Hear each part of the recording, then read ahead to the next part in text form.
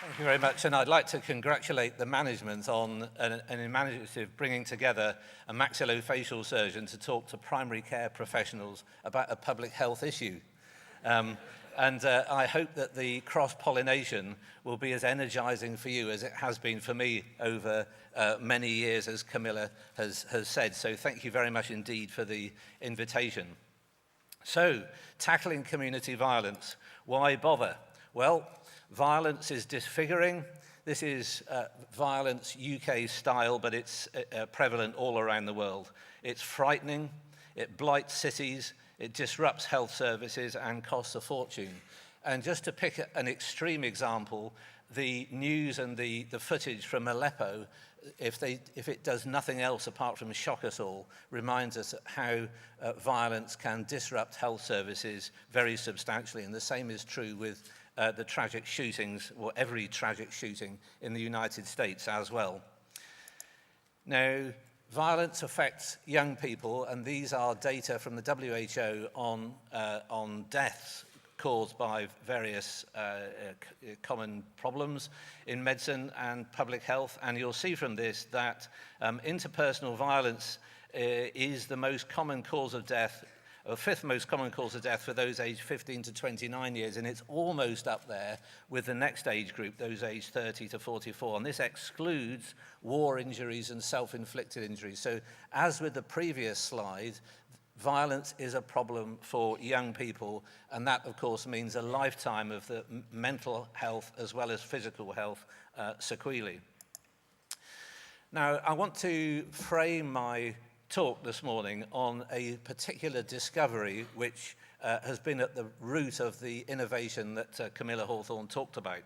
And that is that we found in the mid-80s actually that the police don't know about most violence which results in emergency treatment. So only a quarter to a half of violence which results in A&E treatment, emergency department treatment, is recorded by the police, and police knowledge of violence depends very much on the age and gender of those affected and the location. So an 18-year-old in a nightclub who is assaulted and ends up in the emergency department, that's actually very unlikely to come to police attention for reasons which I'll come on to. Whereas a 60-year-old woman who's mugged in the street is very likely to be known by the police because of reporting, of course. And this lack of knowledge of the criminal justice system of most violence which results in medical care is a problem right across all the Western countries where it's been studied. So here's an example from Denmark, and the proportion of violence which results in emergency care but is not known to the police is pretty much exactly the same as in the UK, and the same is true in Holland and in the United States. And we can't even be sure that the most serious violence will be known to the police.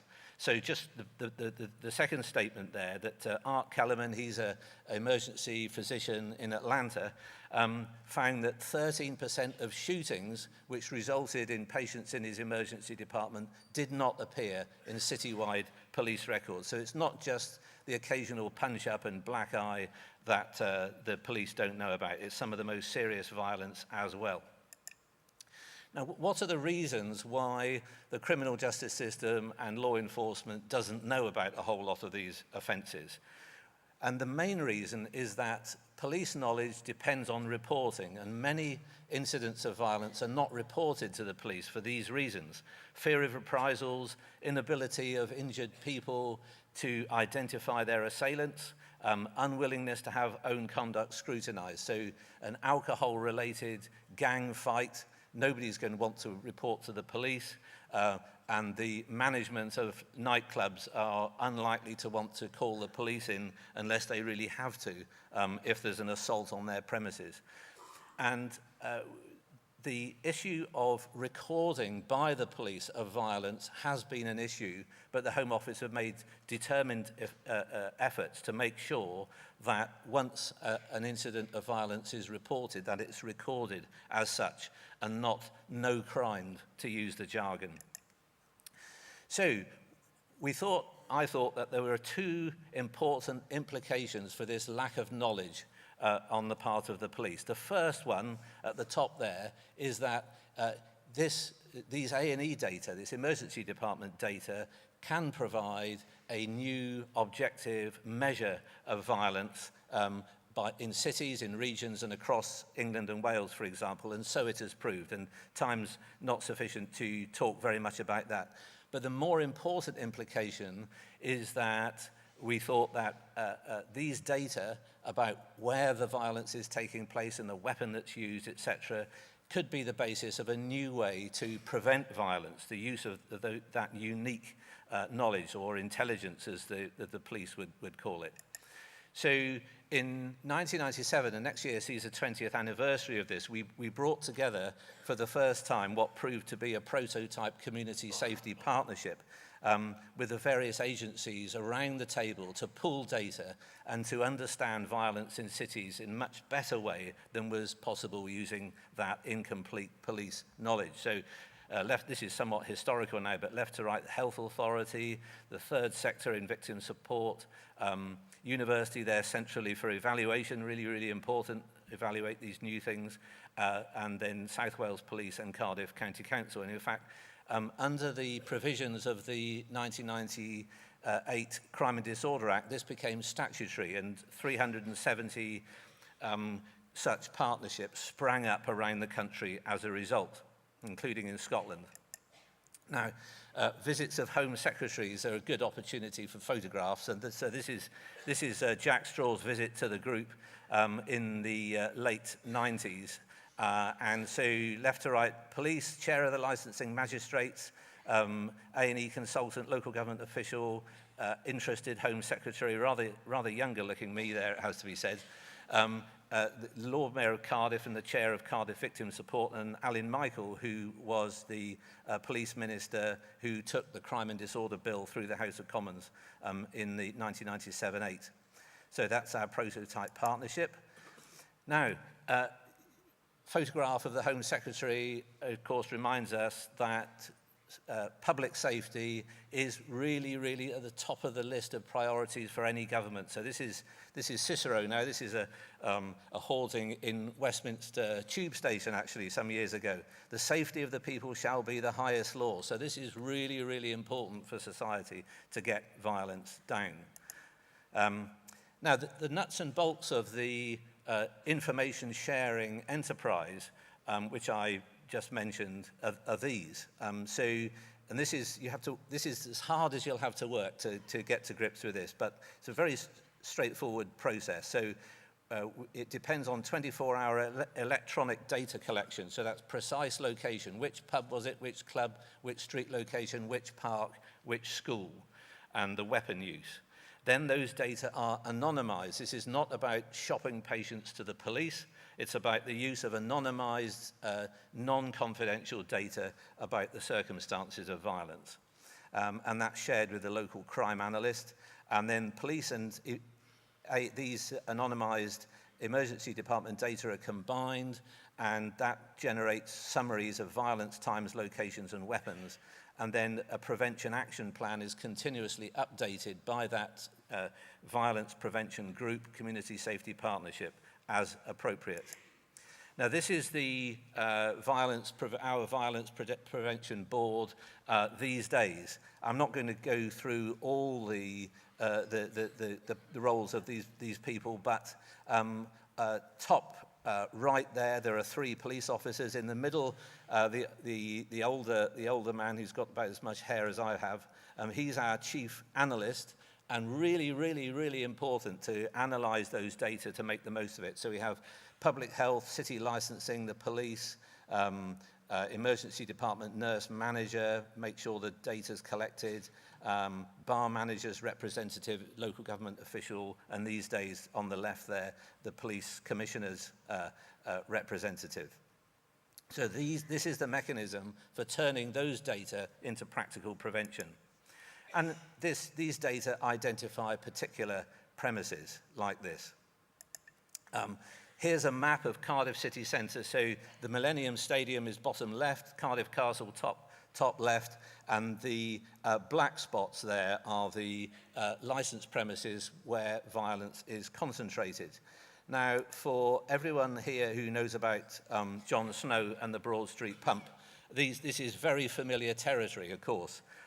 So these are the troublesome watering holes of Victorian London, and these are the troublesome watering holes of 21st century UK cities. So come on, public health, take the handle off those pumps there. That's what we need you for. Now, this approach, I'm going to now show a number of examples of how these data have been used. And we start off with our own fair capital city of London. This is East London, this is Shoreditch, this is the area at Stepney around the Royal London Hospital. Now, on the right are the hotspots identified from Metropolitan Police data, Metropolitan Police Intelligence. On the left, there are the hotspots identified from the emergency department data I've been talking about. And it's instantly apparent that I can identify more hotspots and therefore target police more precisely using emergency department data than you can with Metropolitan Police data. Now, this is South London. This is the area around King's College Hospital. And these are Friday night hotspots, Friday night violence hotspots. I imagine there's people here who live in South East London, so here you are. Where not to go on a Friday night. Now, let's look at what the picture looks like. There's all A&E data on the Saturday night. So the hotspots are in a different place. The main one there has moved west, so they are different. So the A&E data allows the police to deploy resource not only more precisely, but on a daily basis rather differently. Now, these data are also being used in various places around the world now. So this is Brisbane. This is actually this is the Gold Coast, the area to the to the west of Brisbane on the coast there. So how do you police an area like this? Really complex. Well, this is Dominic Andrade, who's a PhD student, and Ross Hommel in Griffith University in Brisbane, and they analysed these data there and concluded that the accuracy of targeted policing could be significantly improved using information from emergency health services. So it's the same principle being applied there. Now, and then this is a startling example, I think, from Milwaukee. That's the state of Wisconsin in the United States. And on the left, we have police data, a map of a suburb of Milwaukee based on police data. And on the right, we have these data, these Cardiff model data from the Children's Hospital. And you'll see on the right-hand side, there's a hotspot there, bottom left. And hey presto, that's a school. So the police didn't know about this as a hotspot, the local authority didn't know about this as a hotspot, or the city government, but emergency department data shows a school where violence is concentrated, and we don't have to think very carefully to recall or to bring to mind the tragic shootings in US schools. So maybe this is a way of targeting and identifying these at-risk places before such tragedies can occur. But we need to test that still, and it's being tested in Milwaukee at the moment.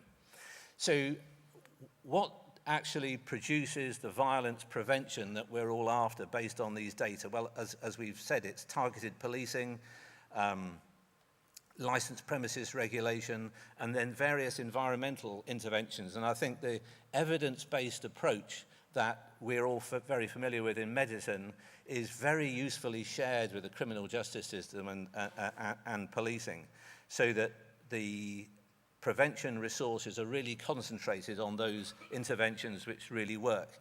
So it's targeted street patrols, it's the use of public space CCTV, as they didn't have in Paris recently, redeployment of police from the suburbs into city centres to police the nighttime economy, plastic glassware, fast food outlet relocation where they are hotspots for violence, and then pedestrianisation of entertainment streets to allow intoxicated people more room so they don't bump into each other and trigger violence, which is common.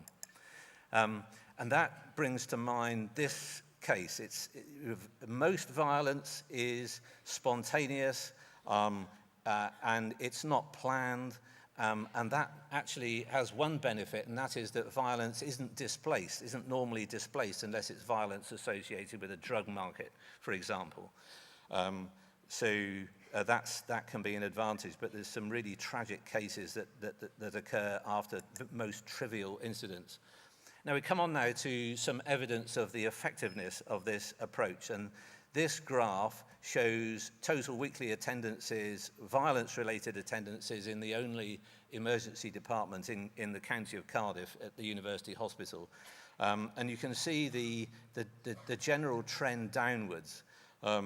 Back in 2000, 2002, we were seeing around 80 violence-related attendances a week, and now it's about 35 a week, and there's some seasonal variation here because violence is more common in the summer. And then the cumulative saving over that period of about 13 years is around 65,000 fewer emergency department attendances altogether. But these aren't control data, of course, but here's a histogram which shows Cardiff's position in its most similar family of cities as designated by the UK Home Office. And you'll say, well, he would put that slide up, wouldn't he? Because Cardiff's over there on the left, which is the safest city in its group. And it actually was there for about 3 years, from about 2007. And Cardiff now is about 4th or 5th up there. So it's still one of the safest cities in its for a city of its size. But this, of course, these are control data now, so we've got all the comparison cities there. So this is a great encouragement and actually something of a great surprise to us that this initiative seemed to be working so effectively. Now this is a chart from the evaluation that's published in the BMJ in 2011. The blue dots, that's Cardiff, that's the intervention city, and then the red dots with the error bars around them, that's the mean for the violence levels as recorded by the police in this particular case for the other 13 control cities. And you can see there that from that dotted line, almost as soon as we introduced this scheme of things formally into violence prevention in Cardiff, the violence started to decrease. And there was a sustainable decrease as well out to the end of the 4 years where this was evaluated. Hospital admissions went down in the intervention city and up in the comparison cities, which was also clearly encouraging. This is a graph which was sent to me out of the blue, actually, by Manuel Eisner, who's a professor of criminology at Cambridge. And it's some evidence that suggests that this program may also have an effect on the homicide rate, on the murder rate. You can see the orange bar there through the middle, which is where the period in which this violence prevention enterprise was developed. And associated with that, homicide levels went down in Cardiff, and at the time were going up in the other cities and subsequently down. But there's a difference there, which is very encouraging also. Now, how does this work? How does this information sharing enterprise work? Well, same mechanism as public space CCTV, we think. That the use of this information facilitates earlier and more frequent police intervention in arguments and fights, and keeps people out of hospital and, of course, out of prison, because there are all those criminal justice costs associated with causing wounding. So that's the chief mechanism by which it works. But there are other mechanisms. So the collection of these data and asking patients if they are injured in their own home or someone else's home helps identify people injured in domestic violence, and that through the multi-agency risk assessment process is known to prevent repeat victimization. The data can identify weapon trends, so knife crime, not so much gun crime, of course, mercifully in the UK, but there was a spate of people carrying CS gas canisters into pubs in one particular area, and that was informed by these data. And then there's things that the local authority can do, so particularly gating off alleyways and making pedestrian thoroughfares safer. The cost-benefit analysis was published in Injury Prevention a couple of years ago, and it's clear that the cost-benefit ratio is very favorable. Some of the costs here are being monetized for things like pain and suffering, so they're not all cashable, these benefits. But in effect, the bottom line there, spend £1 and you save 152. So the cost-benefit is pretty clear, especially when you think that it's receptionists collecting these data. It's a fairly low-cost enterprise. Now the Royal College of Emergency Medicine published a guideline to say that they thought this should be standard practice everywhere. In the UK, Welsh Government basically took the lead to get this implemented across Wales in the mid-2000s. And now in England, the collection and sharing of these data is mandatory under the standard NHS contract, and the Violence Reduction Unit in Scotland has taken this on as well. And there's international endorsement by the WHO, which of course is really useful. Now, just finish off by talking a little bit about one particular issue. So this is a young lad who was assaulted by a petty officer who just come off a ship in Portsmouth. And in a nightclub dance floor, he assaulted this young student. It's lovely repair, but he's going to be scarred for life, however good the suturing is. And my group did a randomized trial of toughened glass, that's tempered glass in the pub trade, and found that the tougher, not surprisingly perhaps, but you have to trial these things, that the tougher the glass, the lower the risk of injury with glasses. We put together a campaign which we called the Face of Wales campaign, actually, and huge encouragement when this headline appeared in the licensee as a result of all this. And hats off to the trade for being responsible in that way. And there's evidence from the crime survey that this was effective, and time's rather short, so I won't go into that anymore. But of course, there are other associated problems. Deal with one problem and another one pops up, and people use these things now to assault each other with. So laminated plastic bottles are another injury prevention possibility, or very effective. And I finish up with two thoughts for you. Nelson Mandela says violence can be prevented. Governments, communities, and individuals can make a difference. So if there's an A&E near you which you think is not sharing these data, then that can be an action point. But just thinking about the theme for today, this unusual partnership came to mind. These folks have been meeting now very regularly, but it is an unusual combination. And so a take-home message I'd leave with you is, if there's a new partnership you think could solve a primary care problem, go for it. Call the first meeting. It's really, really rewarding, and you'd be amazed what you can do with some unorthodox groupings of people. Thank you very much indeed.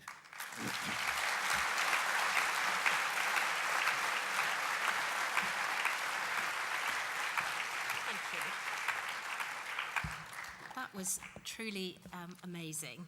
I've known John for over 20 years as a Cardiff resident, and I wasn't aware up until now just how much I owed my safety to his team and his work. So thank you, John. I did want to ask you one question. I'm hoping that you'll be around in the exhibition hall by the RCGP stand over coffee. So if anybody else wants to come and talk to Jonathan, please do come. But my question to you, Jonathan, is how does maxillofacial surgeon end up doing something like this?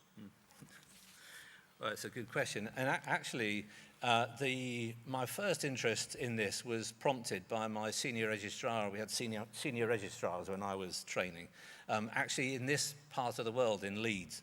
And I remember in the middle of an operating list, actually at St James's Hospital, just down the road in Leeds, someone said, we always see more assault patients when there's a miners' strike. And this really struck me as a really interesting observation. And at the same time, we also noticed that assault patients came from one or two premises and not for others. So when I got to Bristol, that seemed a great topic for a PhD, and so it proved. So that's how it started for me. Thank you very much. Thank you.